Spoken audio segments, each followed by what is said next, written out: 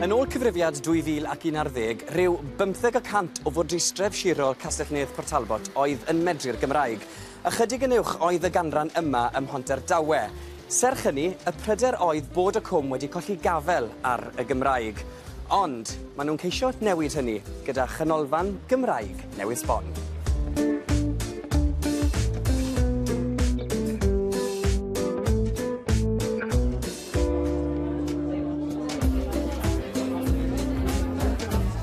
Mae'n ganolfan sy'n dod ynghyd â sawl mudiad o sefydliad sy'n gweithredu'r lles y Gymraeg, gan gynnwys Urdd Gobaith Cymru, Menter Iaith Castell Nedd Port Talbot, Academi Hywel Teifi Prifysgol Abertawe a nifer o rei eraill. A'r gobaith o'i sefydlu hi yw cael canolfan sy'n cefnogi bobl leol yng Nghwm Tawe a Chwm Nedd i ddefnyddio eu Cymraeg. Mae'r iaith wedi dioddau, dirywiad yma'n ddiweddar, i ni'n gweld y niferoedd ar ei lawr, ac i ni'n teimlo o gael canolfan yn y gymuned fel hyn, mae'r gefnogaeth yna iddyn nhw. Mae'n hynny'n bwysig gael canolfan reit yn y cymuned. Mae Cwm Tawe yn Gymreig iawn, ond mae'n angen y Gymraeg bod yn ffynnu yn y cwm. Mae hyn yn holl bwysig i dyfodol y Gymraeg yn yr ardal yma. Mae fe'n anhygoel, ni'n gallu cynnal gigs yma, ni'n gallu rhoi gweithdai ymlaen, sesiynau gyfer y teuluoedd, plant, pobl ifanc.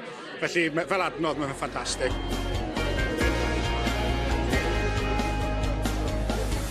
Mae ni siop lyfrau Gymraeg fan hyn. Mae'n neis cael rhywbeth yn yr ardal lle gall pobl ddod at ei gilydd, edrych beth sydd o gwmpas, siarad â phobl gwahanol a phrynu llyfrau Cymraeg ac adnoddau eraill fel pethau cyw a cardiau Cymraeg hefyd. Mae Menter Iaith yn gweithio lan llofft. Mae rhywun o'r Urdd yma hefyd. Maen nhw'n defnyddio'r ystafelloedd i gyd, drefnu weithgareddi ar gyfer plant, dysgwyr, oedolion a pobl sydd jyst moyn ymarfer y sgiliau Cymraeg mewn cyd-destunau gwahanol. Mae'n neis gael rhywle yn yr ardal lle gall pobl cwrdd â phobl newydd trwy gyfrwng Gymraeg, achos dyw hynny ddim yn digwydd yn aml iawn y dyddiau yma.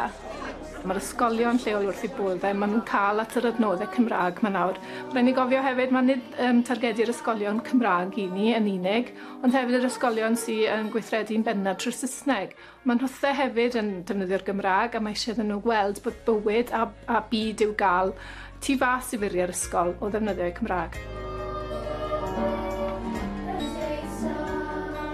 Fel ysgol, mae fe'n her i gael bobl i siarad Gymraeg, felly mae canolfan fel hyn yn arbennig i ni, a oherwydd i ni cadw'r iaith yn fyw efo. Ni yma fel llys genhadon, a ni yma i ofyn cwestiynau ar y radio i'r gweinidog. Cwestiynau fel pam Mhonter Dawe, a pham y syniad i hybu'r iaith Gymraeg a chefnogi iaith Gymraeg trwy agor canolfannau gwahanol ar draws De Cymru. Dwi'n meddwl mae'n lle anhygoel iawn. Dwi wedi bod yma i gwylio'r pêl-drod. Dwi wedi mynd i'r siop llyfrau. Dwi wedi bod yma eitha lot, felly fi'n enjoio fe.